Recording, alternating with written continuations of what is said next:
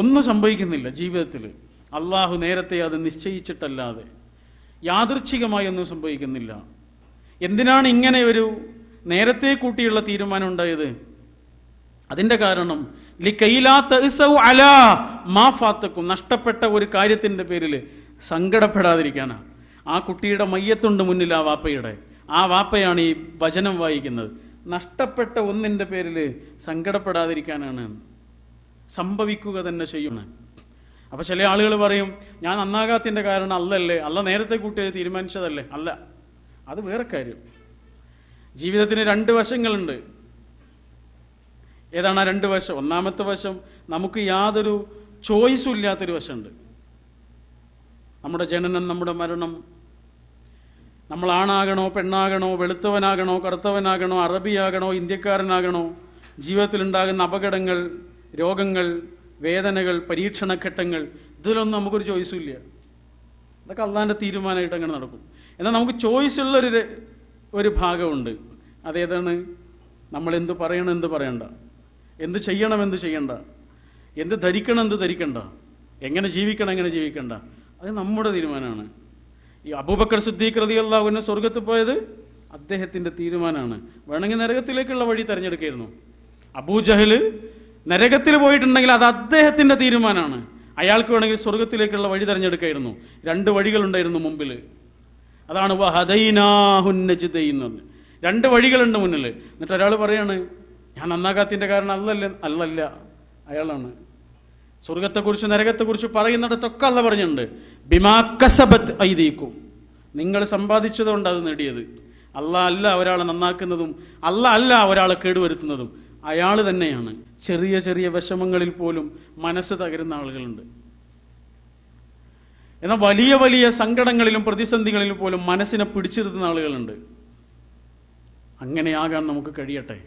അത് ഈമാൻ എന്നൊരു അനുഭവം കൊണ്ട് നമുക്ക് കൈവരുന്ന ഏറ്റവും വലിയ സാന്ത്വനമാണ്.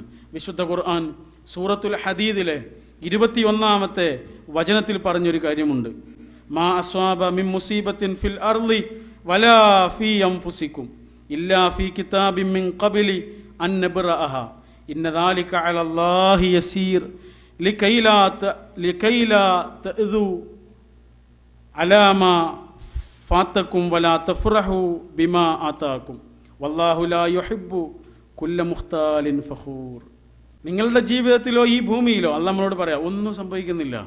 നേരെ കൂട്ടി നേരത്തെ തന്നെ അള്ളാഹു ഒരു ഗ്രന്ഥത്തിൽ അത് എഴുതി വെച്ചിട്ടല്ലാതെ ഒന്നും സംഭവിക്കുന്നില്ല എന്ന്. എന്തിനാണ് അങ്ങനെ ഒരു നേരത്തെ എഴുതി വെച്ചത്?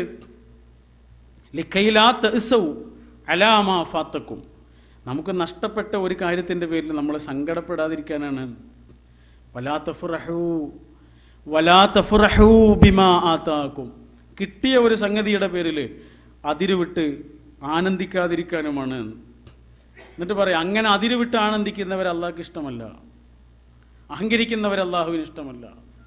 തിരൂരിലെ നമ്മുടെ ഒരു സുഹൃത്തുണ്ട്, കുറച്ച് പ്രായമുള്ള ഒരാളാണ്, VP ഉമർ എന്ന് പറയും. നിങ്ങൾക്കറിയായിരിക്കും, ഇതിൽ പല ആളുകൾക്കും അറിയുന്നുണ്ടാവും അദ്ദേഹത്തെ എന്നുള്ള ഒരാളാണ്.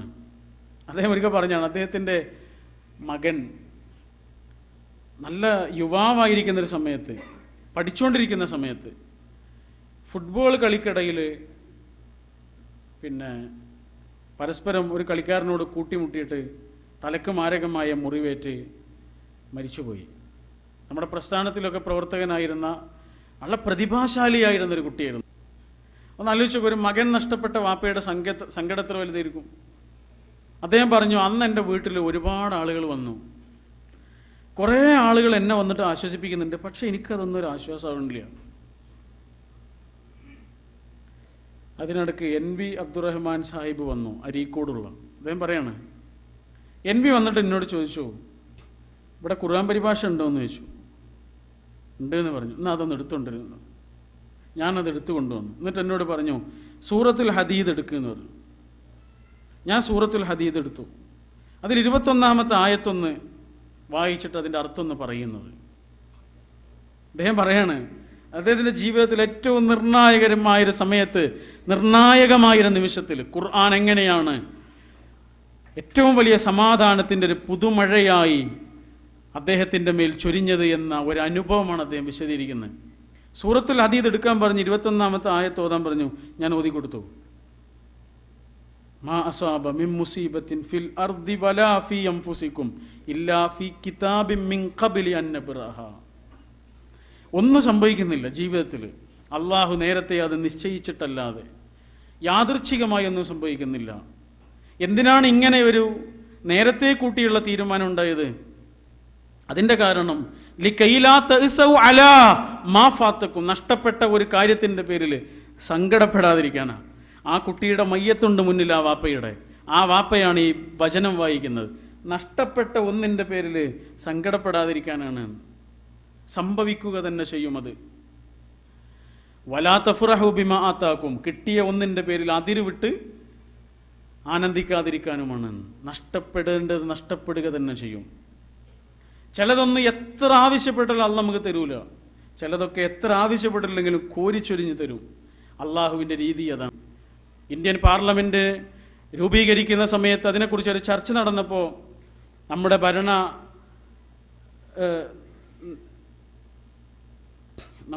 ഭരണഘടനയുടെ ശില്പികൾ കൂടിയിരുന്നിട്ട് ആലോചിക്കുകയാണ്, പാർലമെൻറ്റിൻ്റെ മെയിൻ കവാടത്തിൽ വളരെ പ്രസിദ്ധമായ ഏതൊരാളുടെയും കണ്ണ് തറപ്പിക്കുന്ന ഒരു വചനം എഴുതി വെക്കണം. അങ്ങനെ കുറേ ആളുകൾ ഓരോ കോട്ടിങ്സായിട്ട് വന്ന്, അപ്പോഴാണ് ഭരണഘടനയുടെ ശില്പിയായിരുന്ന ഡോക്ടർ ഭീംറാവു അംബേദ്കർ ഒരു വചനമായിട്ട് വന്നിട്ട് പറഞ്ഞു, നമുക്കിതാക്കാം, നിങ്ങളൊന്ന് വായിച്ചു നോക്കൂ. എല്ലാവരും കാണിച്ചു കൊടുത്തു. എല്ലാവരും അത് വായിച്ചിട്ട് ശരി ഇത് മതി എന്ന് പറയാണ്. ആ വചനം ഇന്നും തങ്കലിപികൾ കൊണ്ട് ഇന്ത്യൻ പാർലമെൻറ്റിൻ്റെ ഏറ്റവും പ്രധാനപ്പെട്ട കവാടത്തിൽ എഴുതി വെച്ചിട്ടുണ്ട്. അത് വിശുദ്ധ ഖുർആനിലെ 13-ാം അധ്യായം സൂറത്തുർ റഅദിലെ 11-ാമത്തെ ഒരാൾ, ഒരു സമൂഹം, ഒരു ജനത സ്വയം മാറണമെന്നാഗ്രഹിക്കുന്നത് വരെ അള്ളാഹു വരെ മാറ്റുകയില്ല. അള്ളാഹു ഒരാളെ പിടിച്ചിട്ട് നന്നാക്കുന്നില്ല, അള്ളാഹു ഒരാളെ പിടിച്ചിട്ട് കേടെടുത്തുന്നില്ല. മാർഗങ്ങൾ കാണിച്ചു കൊടുക്കുക ചെയ്തത്, അള്ളാഹു വഴികൾ തുറന്നു കൊടുക്കുക ചെയ്തത്, ഫ്രീഡം നൽകുക ചെയ്തത്. എന്നിട്ട് ശരിയായൊരു വഴി കാണിച്ചു കൊടുത്തു. ആ വഴി തിരഞ്ഞെടുത്താൽ ഉണ്ടാകാവുന്ന നേട്ടങ്ങളെക്കുറിച്ച് പറഞ്ഞു തന്നു. അത് പറഞ്ഞു തരാൻ പ്രവാചകന്മാരെ പറഞ്ഞയച്ചു. അത് പറഞ്ഞു തരാൻ വേദഗ്രന്ഥങ്ങൾ കൊടുത്തയച്ചു. അതാണ് മതം എന്ന് പറഞ്ഞാൽ. അപ്പോൾ അള്ളാഹുവിൻ്റെ തീരുമാനങ്ങളല്ലാതെ ജീവിതത്തിലൊന്നും സംഭവിക്കുന്നില്ല എന്ന് പറഞ്ഞാൽ അതിൻ്റെ വശം ഇതാണ്. 2 വശങ്ങളിൽ ഒന്നാണ് പറഞ്ഞത്. അങ്ങനെയാകുമ്പോൾ നമ്മുടെ മനസ്സിന് അനുഭവിക്കുന്ന വല്ലാത്ത ഒരു പ്രശാന്തതയുണ്ട്. ഒരു നഷ്ടത്തിലും നമ്മുടെ മനസ്സ് ആകുലപ്പെടുകയില്ല. നിങ്ങൾ ആലോചിച്ച് നോക്കൂ, സൂറത്തുൽ ളുഹ, വിശുദ്ധ ഖുർആനിലെ വളരെ ചെറിയ ഒരു അധ്യായമാണ് സൂറത്തുൽ ളുഹ. എന്താണ് അള്ളാഹു അതിലൂടെ നമുക്ക് പറഞ്ഞു തരുന്നത്? വല്ലുഹ വല്ലൈലി ഇദാ സജ. അള്ളാഹുവിൻ്റെ റസൂലിനോട് പറയാണ്, വളരെ വിഷമത്തോടു കൂടി റസൂൽ ഇങ്ങനെ ഇരിക്കുന്ന ഒരു രംഗം ആലോചിച്ച് നോക്കൂ നിങ്ങൾ. അപ്പോഴാണ് ഈ വചനം ഇങ്ങനെ ഇറങ്ങുന്നത്. ആ വചനം ഇങ്ങനെ ഇറങ്ങുകയാണ്, വല്ലുഹ. ലുഹ എന്നൊരു സമയം സത്യമല്ലേ? സത്യമാണ്. അത് സത്യമാണ് എങ്കിൽ വല്ലൈലി ഇദാ സജ, രാത്രി ശാന്തമാവുക, ഇരുട്ടുകൊണ്ട് ശാന്തമായി തീരുക എന്നുള്ളൊരവസ്ഥ സത്യമല്ലേ? സത്യമാണ് എങ്കിൽ മാ വദ്ദഅക റബ്ബുക വമാ ഖല, എന്നോട് നിങ്ങളോട് അള്ളാഹു പറയാണ്, മാ വദ്ദഅക റബ്ബുക വമാ ഖല.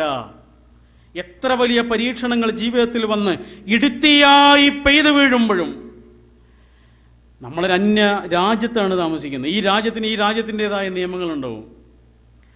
ആ നിയമങ്ങൾ ഭരണകൂടത്തിൻ്റെ നിയമങ്ങളാണ്. ആ നിയമങ്ങൾ അനുസരിക്കുകയല്ലാതെ വേറൊരു മാർഗം നമ്മുടെ മുമ്പിലില്ല. ഏത് തരത്തിലുള്ള നിയമങ്ങൾ നമ്മുടെ മേൽ വന്ന് ഇടുത്തിയായി പെയ്താലും, ഏത് തരത്തിലുള്ള പരീക്ഷണങ്ങൾ നമ്മുടെ മേൽ വന്ന് വീണാലും, അല്ലാഹ് പറയാണ്, മാ വദ്ദഅക റബ്ബുക വമാ ഖല. ദുഹ എന്നൊരു സമയം സത്യമാണ് എങ്കിൽ പകൽ വെളിച്ചം പോലെ സത്യമാണ്, രാത്രി പോലെ സത്യമാണ്.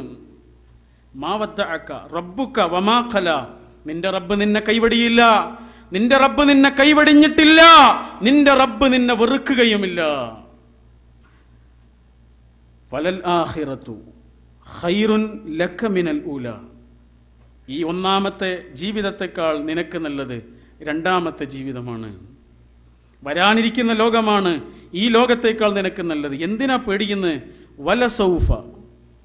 വലസൗഫ യുഅതീക റബ്ബുക ഫതറുള്ള. പേടിക്കണ്ടടോ.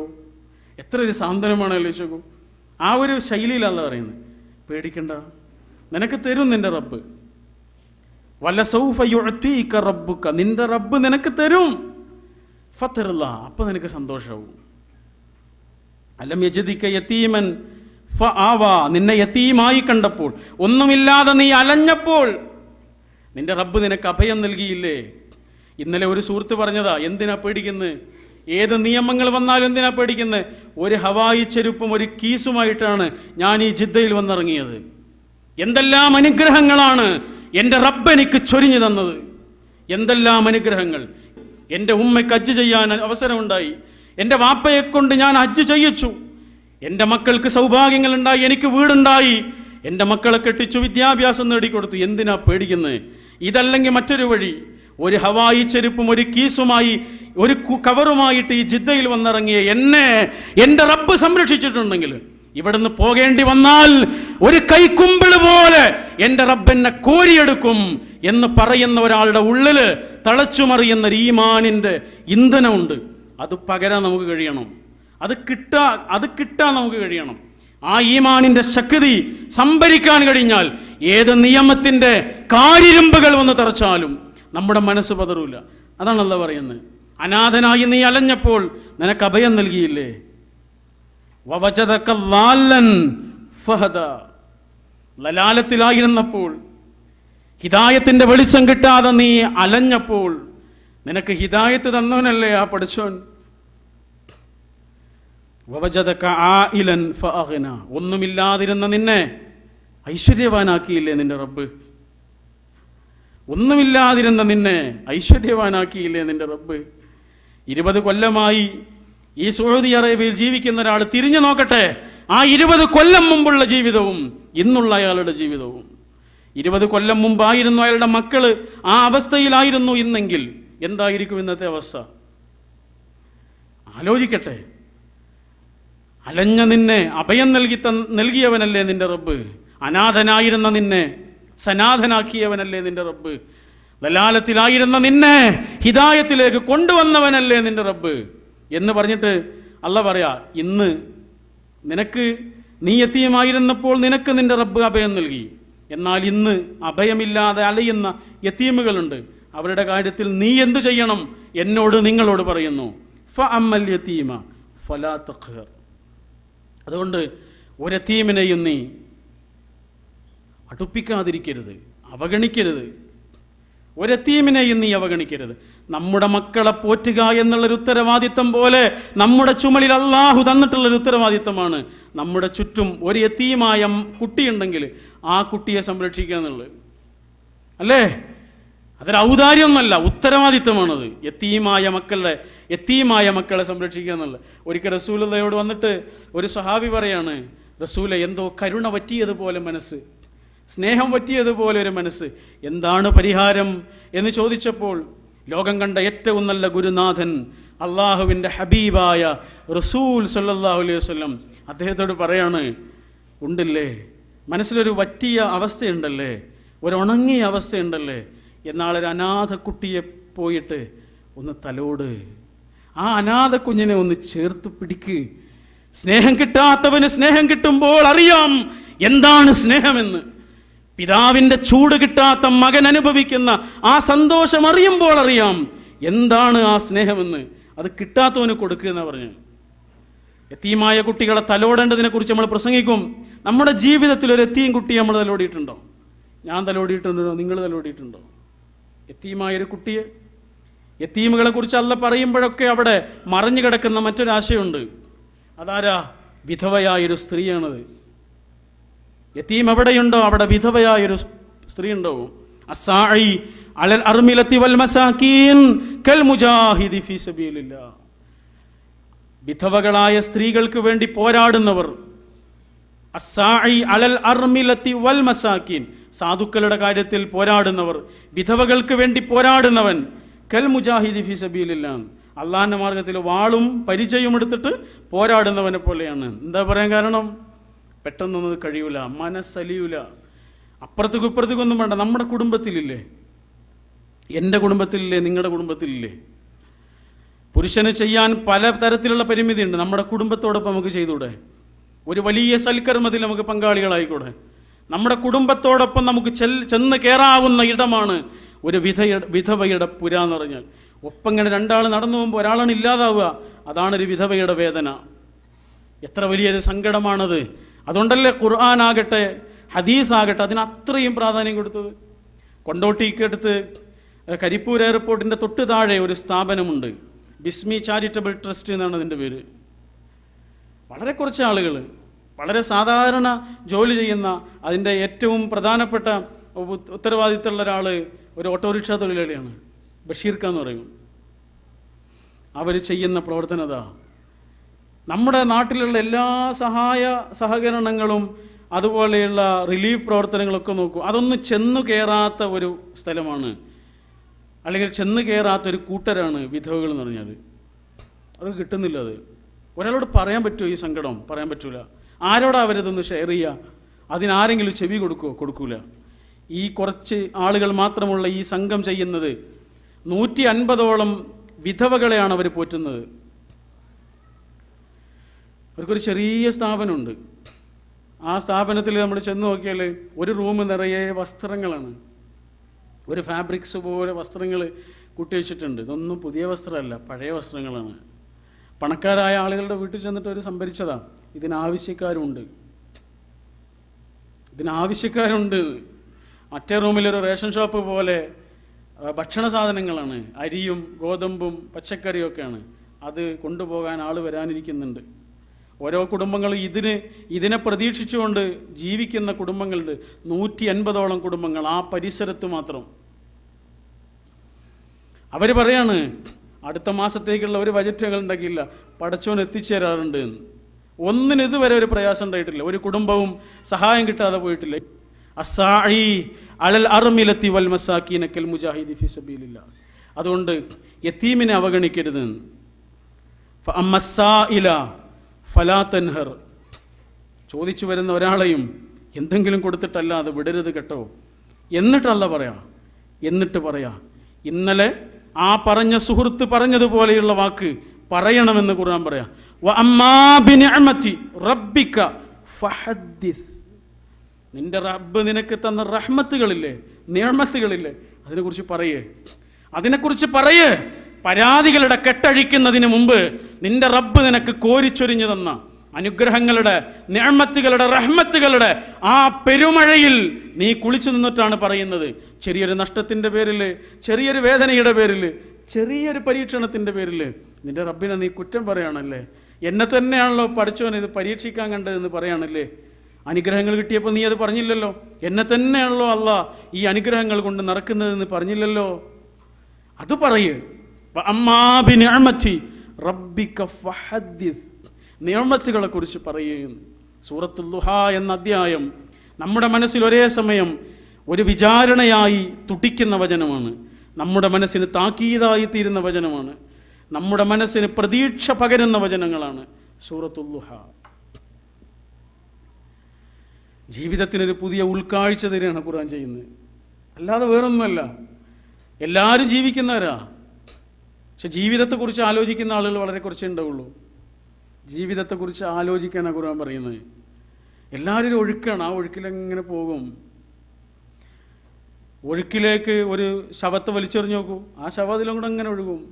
ഒഴുക്കിലൂടെ ഒഴുകാൻ ഏത് ശവത്തെ കൊണ്ടും കഴിയും. എന്നാൽ തിരിച്ചൊഴുകണമെന്നുണ്ടെങ്കിൽ ഒരു പരൽമീനിന് കഴിയും, ജീവനുണ്ടെങ്കിൽ. ആ ജീവനാണ് ഈമാൻ. ഈ കൂട്ടത്തിൽ അങ്ങനെ ഒഴുകുമ്പോൾ നമ്മളൊന്നും ചിന്തിക്കില്ല. പക്ഷേ ഈ ജീവിതത്തിൻ്റെ ലക്ഷ്യത്തെക്കുറിച്ചൊന്ന് ആലോചിക്കണമെന്നുണ്ടെങ്കിൽ, എന്തിനാണ് ഇങ്ങോട്ട് വന്നതെന്നൊരാലോചന മനസ്സിലൊന്നും മുളക്കണമെന്നുണ്ടെങ്കിൽ അതിന് ഈ വചനം തന്നെ വേണം, ഖുർആനിൻ്റെ വരികൾ തന്നെ വേണം. നമ്മുടെ ഒരു സുഹൃത്ത് പറഞ്ഞതാ, ഈ ജിദ്ദയിലുള്ളൊരു സുഹൃത്ത്, നാട്ടിലേറ്റവും മോശമായൊരു അവസ്ഥയിൽ ജീവിച്ച ആൾ, എല്ലാ വൃത്തികേടുകളും, മതപരമായ യാതൊരു അടുപ്പമില്ലായിരുന്നു. എന്തൊക്കെ ഒരു വൃത്തികേട് ഒരാൾക്ക് നാട്ടിൽ ചെയ്യാനുള്ള അവസരമുണ്ട് അതിലൊക്കെ അയാൾ ചെന്ന് വീണിട്ടുണ്ട്. പേര് ദോഷം വരുത്തിയിട്ട് സൗദിയിലേക്ക് കയറിപ്പോന്നാണ്. വാപ്പ പറഞ്ഞാണ്, എൻ്റെ സ്വത്തുനിന്ന് എന്തെങ്കിലും വേണമെങ്കിൽ നീ കൊണ്ടേക്കോ, എങ്ങനെയെങ്കിലും നീ ഒന്ന് ഒഴിവായി തന്നാൽ മതി എന്ന് പറഞ്ഞിട്ട് വാപ്പ പറഞ്ഞിട്ടാണ് സൗദിയിലേക്ക്. അതേപോലെ സൗദിയിൽ വന്നപ്പോൾ എനിക്ക് അതിലേറെ നല്ല സൗകര്യങ്ങൾ, വാപ്പ പോലും ഇല്ല, ആരുമില്ല, എന്നെ ഒന്ന് ശാസിക്കാൻ പോലും ഒരാളില്ല. എന്തും ചെയ്യാൻ എനിക്ക് വേണമെങ്കിൽ. നിയമങ്ങൾക്കൊന്നും മനസ്സിനെ സ്വാധീനിക്കാൻ കഴിയില്ല. മനസ്സിനെ സ്വാധീനിക്കണമെങ്കിൽ വേറൊന്ന് വേണം. നിയമങ്ങളൊക്കെ വലിയ നിയമങ്ങളുണ്ട്, പക്ഷേ ഒരു കാര്യത്തിൽ നിന്ന് ഞാൻ അകന്നു നിന്നില്ല. തെറ്റുകളിലേക്കും കുറ്റങ്ങളിലേക്കും വഴുക്കിപ്പോകാനുള്ള എല്ലാ അവസരങ്ങളും എൻ്റെ മുമ്പിൽ ഇങ്ങനെ തുറന്നു കിട്ടിയതുപോലെ എനിക്ക് മനസ്സിലായത്. ആ അവസരത്തിലാണ് ഒരു യാഥാസ്ഥിതിക സുഹൃത്ത് ഒരു ഖുർആൻ പരിഭാഷ ഇടുന്നായിരുന്നു. അദ്ദേഹം പറയും, ഞാനതിങ്ങനെ വായിച്ചു നോക്കി, അതിന് മലയാളം മാത്രം വായിക്കാൻ എനിക്ക് മനസ്സിലാവുന്നുള്ളൂ, അറബിയൊന്നും വായിക്കാൻ അറിയില്ല. ഖുർആൻ ഇങ്ങനെ വായിച്ചു തുടങ്ങിയപ്പോൾ എനിക്ക് മനസ്സിലായി ഞാൻ വൈകിപ്പോയി എന്ന്. ഇന്ന് അദ്ദേഹം 5 കാര്യങ്ങൾ പറയുന്നുണ്ടെങ്കിൽ അതിൽ 2 കാര്യം ഖുർആനിൻ്റെ വചനങ്ങളായിരിക്കും. ഖുർആൻ ഇങ്ങനെ പെയ്യാണ് ആ മനസ്സിൽ. ഖുർആനിൻ്റെ ഒരു പെരുമഴ പെയ്തുകൊണ്ടേയിരിക്കുകയാണ്. ഖുർആനിൻ്റെ വർഷകാലം ആ മനസ്സിൻ്റെ ഉള്ളിൽ ഇങ്ങനെ തുടിച്ചുകൊണ്ടേയിരിക്കുകയാണ്. ഖുർആനിൻ്റെ വരികളിലൂടെ ഒരാൾ സഞ്ചരിക്കുമ്പോൾ വല്ലാത്തൊരവസ്ഥയായിരിക്കും മനസ്സിൽ. അദ്ദേഹം പറയാണ്, എൻ്റെ മകളെ കെട്ടിക്കേണ്ട ഒരവസ്ഥ ഉണ്ടായി. സ്ത്രീധനം വാങ്ങുന്നൊരു കല്യാണത്തിൽ ഞാൻ പങ്കെടുക്കൂല എന്നതെൻ്റെ തീരുമാനമാണ്. അങ്ങനെ തീരുമാനിച്ചപ്പോൾ എൻ്റെ കുടുംബങ്ങൾ എന്നോട് പറഞ്ഞു, വളരെ അടുപ്പമുള്ള ഒരു വീട്ടിൽ നിന്ന് സ്ത്രീധന കല്യാണമായതുകൊണ്ട് മാത്രം ഭക്ഷണം കഴിക്കാതെ പോന്നപ്പോൾ എൻ്റെയും എൻ്റെ കുടുംബത്തിൻ്റെയും മുഖത്ത് നോക്കിയിട്ട് എൻ്റെ കുടുംബക്കാരെന്നോട് പറഞ്ഞു, നിൻ്റെ മകളെ നീ ചുട്ടു തിന്നേണ്ടി വരും, കെട്ടിക്കാൻ കഴിയില്ല, ഞങ്ങൾ നിനക്ക് സഹകരിച്ചു തരൂല എന്ന്.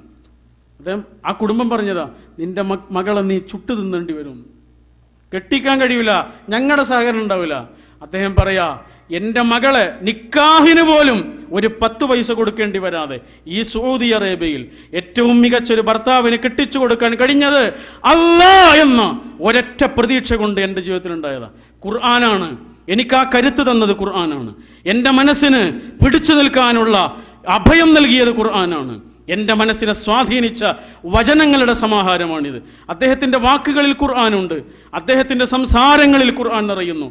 ഖുർആനിലേക്ക് ഒരാൾ അടുക്കുമ്പോൾ സംഭവിക്കുന്ന മാറ്റമാണിത്. എനിക്കത് സംഭവിച്ചിട്ടുണ്ടോ? നിങ്ങൾക്കത് സംഭവിച്ചിട്ടുണ്ടോ? നമ്മളൊന്ന് പുനരാലോചിക്കുക. നമ്മളൊരു അസുഖമായിട്ട് ഡോക്ടറുടെ അടുത്ത് ചെന്നാൽ ഡോക്ടർ നമ്മൾക്കൊരു മരുന്ന് ചീട്ട് എഴുതി തരും. നമ്മളാരും അത് വായിച്ചു നോക്കാറില്ല, കാരണം നമുക്കത് മനസ്സിലാവില്ല, നമുക്കതിനോട് താല്പര്യമില്ല.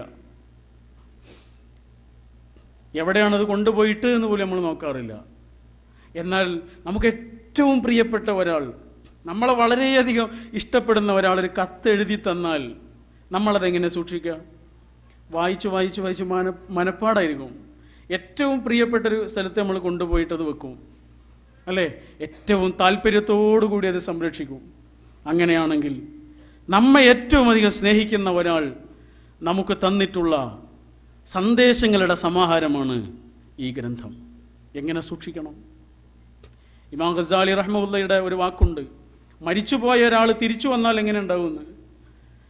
അദ്ദേഹത്തിൻ്റെ ഓരോ വാക്കും നമ്മൾ എങ്ങനെ കേൾക്കുമെന്ന്, നമ്മൾ കാണാത്ത ഖബറിൻ്റെ അവസ്ഥകളെക്കുറിച്ച് അയാൾ നമ്മൾക്കിങ്ങനെ പറഞ്ഞു തരുമ്പോൾ എങ്ങനെയാണ് നമ്മളത് കേൾക്കുക? എത്ര ജാഗ്രതയോടുകൂടിയ ഓരോ വാക്കും നമ്മൾ സ്വീകരിക്കുക.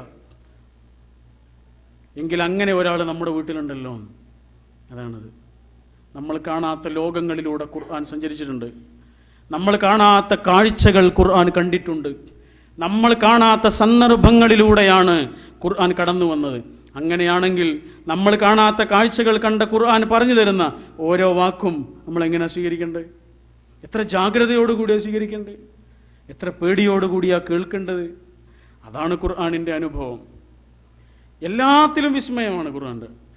വാക്കിൽ വിസ്മയം, മൗനത്തിൽ പോലും വിസ്മയമുണ്ട്. ചില കാര്യങ്ങൾ ഖുർആൻ ഒന്നും പറഞ്ഞിട്ടില്ല. ഉദാഹരണം, ബിസ്മില്ലാഹിർ റഹ്മാനിർ റഹീം. എന്താ അർത്ഥം? പരമകാരുണ്യവാനും കരുണാനിധിയുമായ അള്ളാഹുവിൻ്റെ നാമം കൊണ്ട്. എന്താണെന്നൊന്നുമില്ല, നാമം കൊണ്ട്. എന്ത്? അവിടെ സ്പെസിഫിക് ആയൊരു കാര്യം പറഞ്ഞിരുന്നെങ്കിൽ അതിന് മാത്രമേ അത് ഉപയോഗിക്കാൻ പറ്റുള്ളൂ. എന്നാൽ അങ്ങനെ ഒരു സംഗതി അവിടെ പറയാത്തതുകൊണ്ടോ എല്ലാ നല്ല കാര്യങ്ങൾക്കും അത് ഉപയോഗിക്കാം. എല്ലാ നല്ല കാര്യം തുടങ്ങുമ്പോഴും പറയാം ബിസ്മില്ലാഹി റഹ്മാനി റഹീം. കാതിനെ കുറിച്ചും കണ്ണിനെ കുറിച്ചും പറയുന്നിടത്ത് ഖുർആൻ പറഞ്ഞിട്ടുണ്ട് സമഅൻ വ അബ്സാറ. സമഅൻ വ അബ്സാറ. സമഅ എന്നുള്ളത് ഏകവചനാണ്, അബ്സാർ എന്നുള്ളത് ബഹുവചനമാണ്. നിങ്ങൾ ആലോചിച്ചു, ഇപ്പം നിന്നിട്ട് ഇവിടെ ഒരാൾ നിന്നിട്ട് സംസാരിക്കുമ്പോൾ പിറകിൽ നിന്നൊരാൾ ഈ സംസാരിക്കുന്ന ആളെ കാണുന്നത് പോലെയല്ല ഇടതുവശത്തു നിന്ന് ഒരാൾ കാണുന്നത്. വലതുവശത്തു നിന്ന് വേറൊരു രീതിയിലാണ് കാണുന്നത്, മുന്നിൽ നിന്ന് വേറെ രീതിയിലാണ് കാണുന്നത്. കാഴ്ചകൾ ഉണ്ട്, പക്ഷേ പറയുന്ന കാര്യങ്ങൾ കേൾക്കുന്നതോ ഒന്നാണ്. അതാണ് സമഅൻ വ അബ്സാറ. ഒരേ സമയത്ത് നമുക്ക് ഒരുപാട് ആളുകളെ കാണാൻ കഴിയും, പക്ഷെ ഒരേ സമയത്ത് ഒരുപാട് ആളുകൾ പറയുന്നത് മനസ്സിലാക്കാൻ കഴിയില്ല. ഒരാൾ പറയുന്നത് മനസ്സിലാക്കാൻ കഴിയുള്ളൂ. സമഅൻ വ അബ്സാറ. വിസ്മയങ്ങളാണ്, വിസ്മയങ്ങൾ. സൂറത്തുൽ ബഖറ തുടങ്ങുന്നത് അലിഫ് ലാം മീം എന്നാണ്. സൂറത്തുൽ ഫീൽ തുടങ്ങുന്നത് അലിഫ് ലാം മീം എന്നാണ്. പക്ഷെ അവിടെ വായിക്കേണ്ടത് അലം അലം തറ കൈഫ ഫഅല റബ്ബുക ബി അസ്ഹാബിൽ ഫീൽ. അവിടെ അലം എന്നാ വായിക്കേണ്ടത്. സൂറത്തുൽ ബഖറയിൽ അലിഫ് ലാം മീം. ദാലിക്കൽ കിതാബ് ലാ റൈബ ഫീഹി. സംശയങ്ങളില്ലാത്ത ഗ്രന്ഥം. എടവണ്ണക്കടുത്ത് മമ്പാടുള്ള നമ്മുടെ ഒരു സുഹൃത്തുണ്ട്. അദ്ദേഹത്തിൻ്റെ മകനും മരുമകളും അമേരിക്കയിലും ജോലി ചെയ്യുന്നത് ആയിരുന്നു. ഇപ്പോൾ ഒരു സൗദിയിലുണ്ട്. അപ്പോൾ ഒരു നോമ്പ് കാലത്ത് ഈ പെൺകുട്ടി ഓഫീസിലേക്ക് പോകുന്ന സമയത്ത് ടാക്സിയിലിരുന്നിട്ട് കുറേ സമയം ഇരിക്കാനുള്ളത് കൊണ്ട് ഖുർആൻ്റെ ഒരു ഇംഗ്ലീഷ് ട്രാൻസ്ലേഷൻ കയ്യിൽ കരുതിയിരിക്കുന്നത്. അതിങ്ങനെ വായിച്ചുകൊണ്ടിരിക്കുക. അപ്പോൾ ഒരു അമേരിക്കൻ പൗരൻ അവരുടെ അടുത്ത് വന്നിട്ട് ഇരുന്നിട്ട് ചോദിച്ചു, ഇതേതാണ് പുസ്തകം എന്ന്. അവൾ പറഞ്ഞു, ഇത് ഹോളി ഖുർആൻ. ഓ, ഖുർആൻ, ഞാൻ ഇതുവരെ കണ്ടിട്ടില്ല ഖുർആൻ, അതൊന്ന് തരുമെന്ന് ചോദിച്ചു. അവൾ വായിച്ചുകൊണ്ടിരുന്ന ആ ഭാഗം അതുപോലെ അദ്ദേഹത്തിൻ്റെ കയ്യിലേക്കാണ് വെച്ചു കൊടുത്തു. സൂറത്തുൽ ബഖറയിലെ ഈ വചനങ്ങളാണ് അദ്ദേഹം ആദ്യം കാണുന്നത്. അദ്ദേഹം ഇങ്ങനെ വായിക്കുകയാണ്, അറബി അറിയില്ല. ദാലിക്കൽ കിതാബു ലാ റൈബ ഫീഹി എന്നുള്ളതിൻ്റെ ആശയമകൾ വായിക്കുകയാണ്. ഈ പുസ്തകത്തിൽ സംശയങ്ങളില്ല എന്ന് അദ്ദേഹം ചോദിച്ചു. സംശയങ്ങളില്ലാത്തൊരു പുസ്തകം? ഏതൊരു പുസ്തകം എടുത്തു കഴിഞ്ഞാൽ അതിൻ്റെ തുടക്കത്തിൽ തന്നെ ഉണ്ടാകും, എന്തെങ്കിലും സംശയങ്ങളുണ്ടെങ്കിൽ ഞങ്ങളോട് പറയണമെന്ന്. സംശയങ്ങളൊക്കെ ഉണ്ടാവാനുള്ള സാധ്യതയുണ്ട്. എന്തെങ്കിലും സംശയം നിങ്ങൾക്ക് ഉണ്ടെങ്കിൽ ഞങ്ങൾ അറിയിക്കണമെന്ന്. ഈ പുസ്തകത്തിൻ്റെ തുടക്കത്തിൽ തന്നെ പറയാണ്, സംശയങ്ങൾ ഇല്ലാതാക്കുന്ന ഗ്രന്ഥമാണ്, സംശയങ്ങൾ പിന്നെ ഉണ്ടാകില്ല എന്ന്. അദ്ദേഹം അത് കൊണ്ടുപോയി. 2 ദിവസം കഴിഞ്ഞപ്പോൾ ഈ പെൺകുട്ടിയുടെ അടുത്ത് വീണ്ടും വന്നിട്ട് ചോദിച്ചു, പിന്നെ വേറെ പുസ്തകങ്ങൾ എനിക്ക് വേണമെന്ന്. കൊടുത്തു. അയാൾ ആ നോമ്പ് കാലത്ത് തന്നെ ഇസ്ലാമിലേക്ക് കടന്നു വന്നു. അൽഹംദുലില്ലാഹ്. ഇത്ര ചെയ്താൽ മതി നമ്മൾ. ഇതേ നമുക്ക്, നിങ്ങൾ ആലോചിച്ച് നോക്കുക, എത്ര ലളിതമായ രീതിയിലാണ് ഒരു ഇസ്ലാമിൻ്റെ പ്രകാശം മനുഷ്യൻ്റെ മനസ്സിലേക്ക് കടന്നു വരുന്നത്. ആ ഖുർആൻ അങ്ങോട്ട് എത്തിച്ചു കൊടുക്കുകയാണ് അവൾ ചെയ്ത്. അവൾ പോലും അറിയാതെ അതിനൊരു സാഹചര്യം അള്ളാഹു ഒരുക്കുന്നു.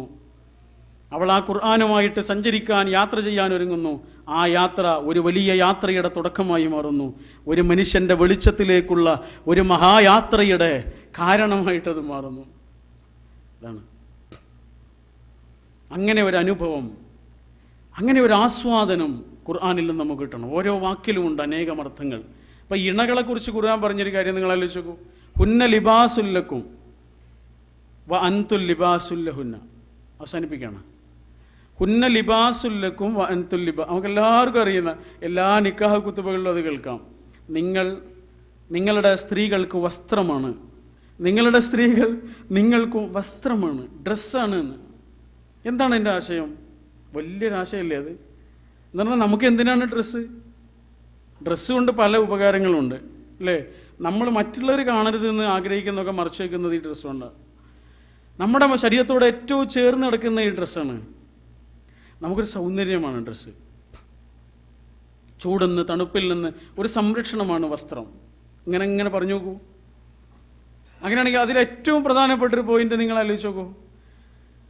മറ്റുള്ളവർ കാണരുത് എന്ന് നമ്മൾ ആഗ്രഹിക്കുന്നതൊക്കെ മറച്ചു വെക്കുന്നത് ഈ വസ്ത്രം കൊണ്ടാണ്. പിന്നെ ഈ വസ്ത്രത്തിൻ്റെ മുന്നിൽ എന്തെങ്കിലും മറച്ചു വെക്കാൻ ഉണ്ടാവുമോ? ഒന്നും ഉണ്ടാവില്ല.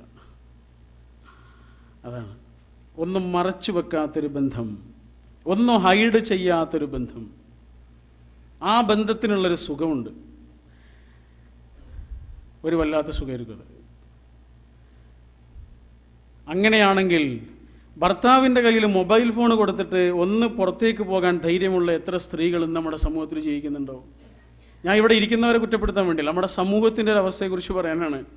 അങ്ങനെയാണെങ്കിൽ ഭാര്യയുടെ കയ്യിൽ നിന്ന് മൊബൈൽ ഫോൺ കൊടുത്തിട്ട് കുറച്ച് നേരം ഒന്ന് പുറത്തേക്ക് പോകാൻ ധൈര്യമുള്ള എത്ര ഭർത്താക്കന്മാരിന്ന് ജീവിച്ചിരിക്കുന്നുണ്ടോ?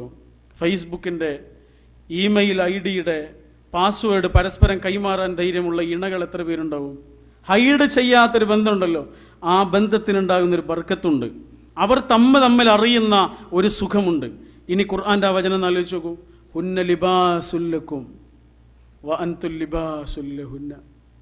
നിങ്ങൾ നിങ്ങളുടെ സ്ത്രീകൾക്ക് വസ്ത്രമാണ്, നിങ്ങളുടെ സ്ത്രീകൾ നിങ്ങളുടെ ഇണകൾ നിങ്ങൾക്കും വസ്ത്രമാണ്.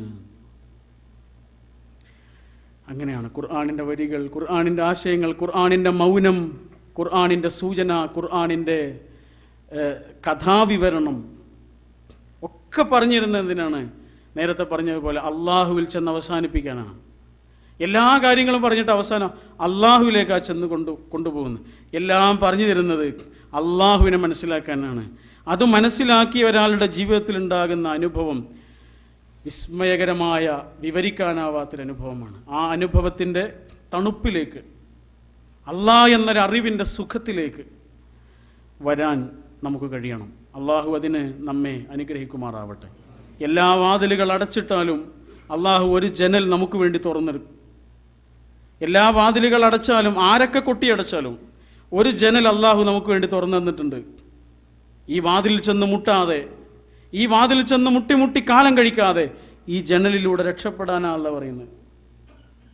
അതാണ് ഇന്നലെ നമ്മുടെ ഉദ്ഘാടകനും പിന്നീട് നടന്ന പ്രസംഗത്തിലൊക്കെ ഓർമ്മിപ്പിച്ച ഒരു കാര്യം. ഇൻ തത്തഖുല്ലാഹ് യജ്അൽ ലഹു മഖ്റജ. എല്ലാ വാതിലടഞ്ഞാലും ഒരു ജനൽ ഇങ്ങനെ തുറന്നിടക്കും, ആ ജനലിലൂടെ രക്ഷപ്പെടണമെന്ന്. അതാണ് ആ മഖ്റജ്. അല്ലാഹ് കാണിച്ചു തരുന്ന വഴി. തവക്കുൽ നിറഞ്ഞൊരു ഹൃദയത്തിന് അള്ളാഹുവിൻ്റെ കൈക്കുമ്പിൽ ഏത് സമയവും അവനെ കോരിയെടുത്ത് രക്ഷിക്കും. ആ ഒരു അനുഭവത്തിൻ്റെ ആസ്വാദനത്തിലേക്ക് നമ്മുടെ ഈമാൻ കൊണ്ട് നമുക്ക് എത്തണം. ഖുർആനിൻ്റെ വായന വെറുതെ അക്ഷരങ്ങൾ വായിച്ചു പോകുക എന്നുള്ളതിനപ്പുറത്ത് അതിൻ്റെ ആശയങ്ങളിലേക്ക് കടന്നു ചെല്ലാം. മലർന്നു കിടക്കുന്ന അക്ഷരങ്ങളല്ല, മറഞ്ഞു കിടക്കുന്ന ആശയങ്ങളിൽ നിന്ന് ഖുർആനിനെ ഒരാൾ മനസ്സിലാക്കുമ്പോൾ ഖുർആൻ അയാളുടെ ജീവിത വഴികളിലെ വെളിച്ചമായിട്ട് അയാൾ ഇങ്ങനെ അറിയും. അത് എല്ലാവരെയും അയാൾക്ക് ഉൾക്കൊള്ളാൻ കഴിയും, എല്ലാ മനുഷ്യനെയും ഉൾക്കൊള്ളാൻ കഴിയും. ഇന്നത്തെ ഏറ്റവും വലിയൊരു പ്രതിസന്ധിയാണ് മനുഷ്യർക്ക്. ശത്രുതകൾ പെരുകുന്നു, പരസ്പരമുള്ള വൈരാഗ്യം പെരുകുന്നു. അള്ളാഹുവിനെക്കുറിച്ചും റസൂലിനെക്കുറിച്ചും പറയുന്ന പ്രസംഗവേദികളിൽ നിന്ന് മറ്റൊരാളെ കടിച്ചു കീറുന്നു. അള്ളാഹിനെ കുറിച്ചും റസൂലിനെ കുറിച്ചും അയാൾ പറയുന്നുണ്ടാവും, ഹദീസുകൾ ധാരധാരയായി പറയുന്നുണ്ടാവും, ഖുർആൻ വചനങ്ങൾ ഒന്നിനു പിറകെ ഒന്നായി എല്ലാം അതിൽ ഉദ്ധരിച്ചുകൊണ്ട്, വാക്കുദ്ധരിച്ചുകൊണ്ട്, അക്കമുദ്ധരിച്ചുകൊണ്ട്, വചനത്തിൻ്റെ അക്കമുദ്ധരിച്ചുകൊണ്ട്, അധ്യായത്തിൻ്റെ അക്കമുദ്ധരിച്ചുകൊണ്ട് അയാൾ പറയുന്നുണ്ടാവും. പക്ഷേ അതിലൂടെ അയാൾ സ്ഥാപിക്കുന്ന എന്താണ്? മറ്റൊരാളുടെ പച്ച ഇറച്ചിയാണ് അയാൾ തിന്നുന്നത്. ശത്രുതകൾ പെരുകുന്നു. ആശയം മാറിയാൽ ആയുധം കൊണ്ടതിൻ വാശി തീർക്കുന്നൊരു നാടുഭ്രാന്താലയം എന്ന് പണ്ടൊരാൾ പാടിയിട്ടുണ്ട്. ആശയം മാറിയാൽ ആയുധം കൊണ്ടതിൻ വാശി തീർക്കുന്നൊരു നാട് ഭ്രാന്താലയം. നാവ് ആയുധമായി മാറിക്കൊണ്ടിരിക്കുക. ഒരു വചനം, ഒറ്റ വചനം അത് സംബന്ധിച്ച് പറഞ്ഞുകൊണ്ട് അവസാനിപ്പിക്കാം. റസൂലുള്ളാഹി പറയാണ് സ്വല്ലല്ലാഹു അലൈഹി വസല്ലം, ബിഹസ്ബിംറിഇൻ മിനശ്ശർ, ബിഹസ്ബിംറിഇൻ മിനശ്ശർ അൻ യഹഖിറ അഹാഹുൽ മുസ്ലിമ. ഒരാൾക്ക് ഷർറായിട്ട് മതിയെന്ന്. എന്ത്? തൻ്റെ ഒരു മുസ്ലിമായ സഹോദരനെ ഒന്ന് ചെറുതായി കണ്ടാൽ മതിയെന്ന്. ഒന്നും പറഞ്ഞില്ല അയാൾ, ഒന്നും പറഞ്ഞില്ല, നാവുകൊണ്ടൊന്നും പറഞ്ഞില്ല, മനസ്സിലൊന്ന് കരുതിയാൽ മതിയെന്ന്. യഹഖിറ അഹാഹുൽ മുസ്ലിമ. സ്വന്തം മുസ്ലിമായൊരു സഹോദരനെ മനസ്സുകൊണ്ട് ഒന്ന് ചെറുതായി കണ്ടാൽ മതി. വെറുക്കുന്നൊന്നുമില്ല, ഒന്ന് ചെറുതായി കണ്ടാൽ മതി. ഓ, അവനല്ലേ എന്നൊന്ന് പറഞ്ഞു, ആ മനസ്സിലൊരു വിചാരം ഉണ്ടായി മതി. അതുപോലെ ഷർറാണ് എന്ന് റസൂലുള്ളാഹി പറഞ്ഞതാ.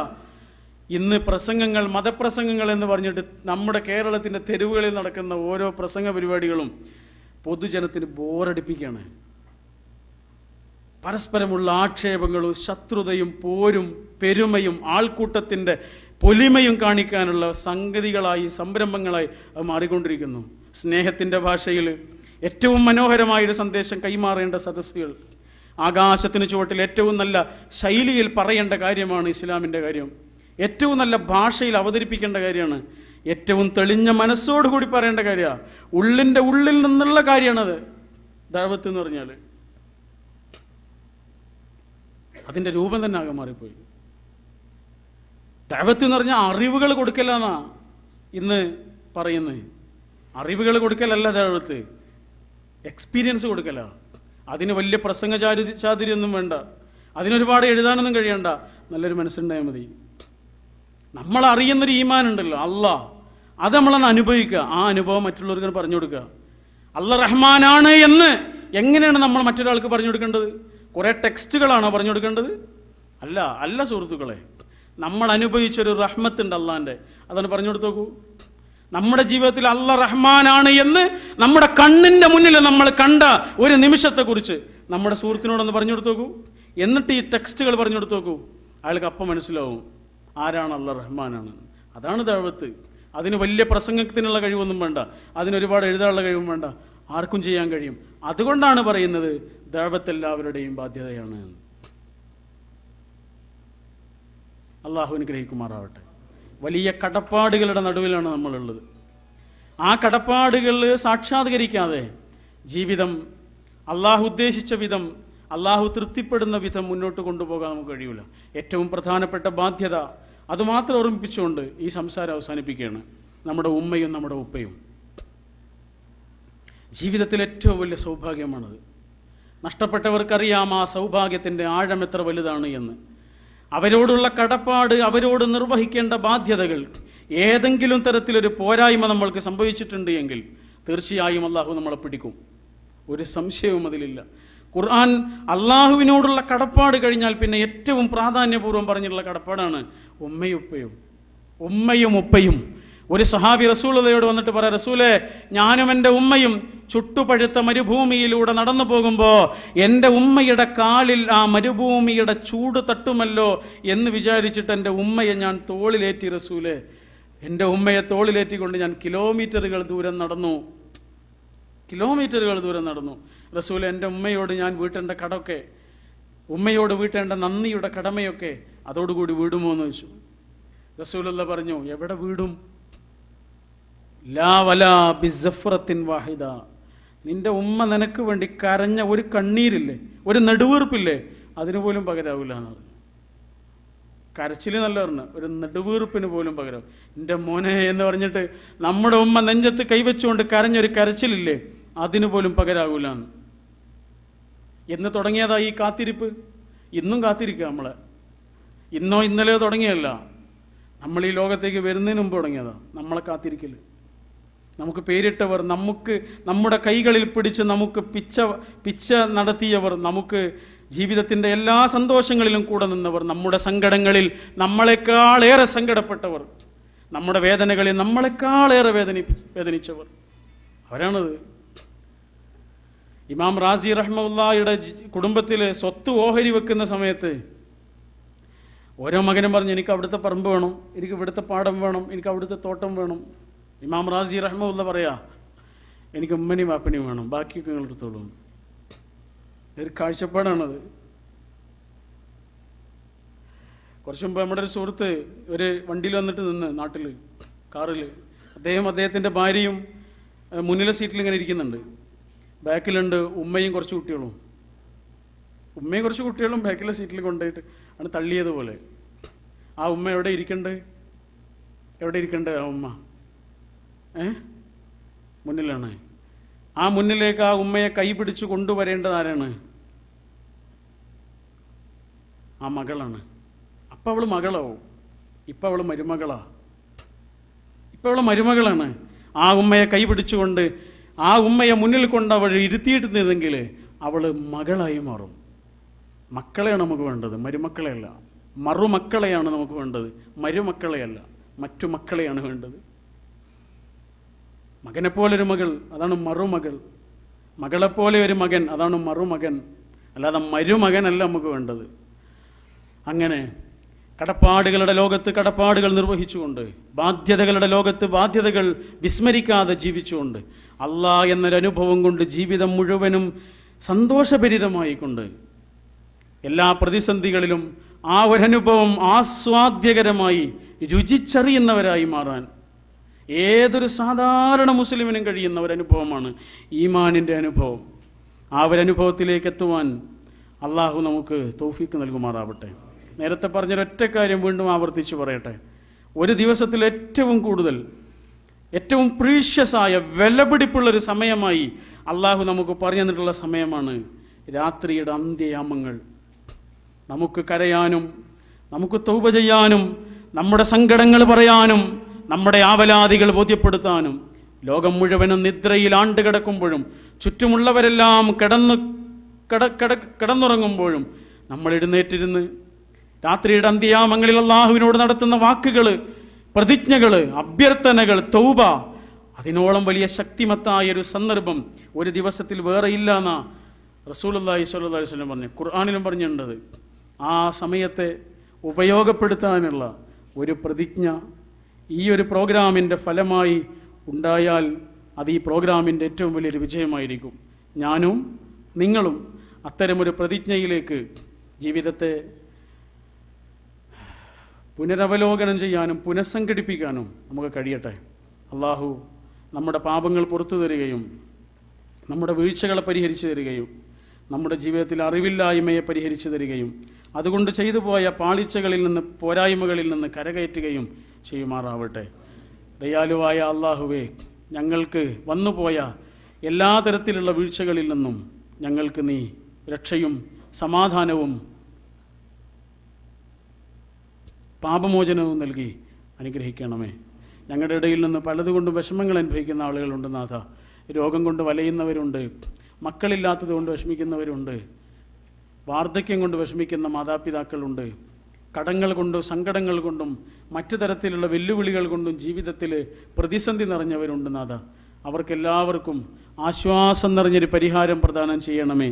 അത്തരത്തിലുള്ള ഗുരുതരമായ പ്രശ്നങ്ങളിൽ നിന്ന്, കടുത്ത രോഗങ്ങളിൽ നിന്ന്, പെട്ടെന്നുള്ള മരണത്തിൽ നിന്ന്, വലിയ അപകടങ്ങളിൽ നിന്ന്, ചെറിയ അപകടങ്ങളിൽ നിന്നും ദയാലുവായ നാഥ ഞങ്ങളെയും ഞങ്ങൾക്ക് വേണ്ടപ്പെട്ടവരെയും സുഹൃത്തുക്കളെയും ഈ കൂടിയിരിക്കുന്ന ഓരോരുത്തരെയും നീ സംരക്ഷിക്കണമേ തമ്പുരാനെ. അങ്ങനെ വല്ലതും ജീവിതത്തിൽ സംഭവിച്ചാൽ പിടിച്ചു നിൽക്കാനുള്ള ഈമാനും കരുത്തും നിന്നെക്കുറിച്ച് ഇടമുറിയാത്ത പ്രതീക്ഷയും നൽകി ഞങ്ങളുടെ മനസ്സിനെ നീ സുരക്ഷിതമാക്കി തീർക്കണമേ രക്ഷിതാവേ.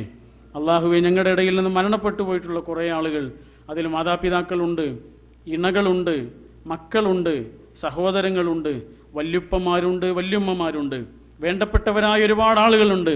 ഞങ്ങൾ ഇങ്ങനെയൊന്ന് ആയി കാണണമെന്ന് ആഗ്രഹിച്ച ഒരുപാട് ആളുകളുണ്ട്. ഞങ്ങൾക്ക് വേണ്ടി കഷ്ടപ്പെട്ടവരുണ്ട്, ഞങ്ങൾക്ക് വേണ്ടി കരഞ്ഞവരുണ്ട്. അള്ളാഹുവെ, അവർക്കെല്ലാവർക്കും, അതിൽ മരണപ്പെട്ടു പോയിട്ടുള്ള ആളുകൾക്ക് പാപമോചനം നൽകി നീ അനുഗ്രഹിക്കണമേ. ജീവിച്ചിരിക്കുന്നവർക്ക് ആയുസ്സും ആരോഗ്യവും നൽകി അനുഗ്രഹിക്കണമേ. അല്ലാഹുമ്മ ഗ്ഫിർ ലനാ ദുനൂബനാ വഇല്ലം തഗ്ഫിർ ലനാ വതർഹംനാ ലനകൂനന്ന മിനൽ ഖാസിരീൻ. اللهم أجرنا من النار اللهم أجرنا من النار اللهم أجرنا من النار. ربنا آتنا في الدنيا حسنة وفي الآخرة حسنة وقنا عذاب النار. اللهم صل وسلم على نبيك محمد وآله وأصحابه وسلم. السلام عليكم ورحمة الله.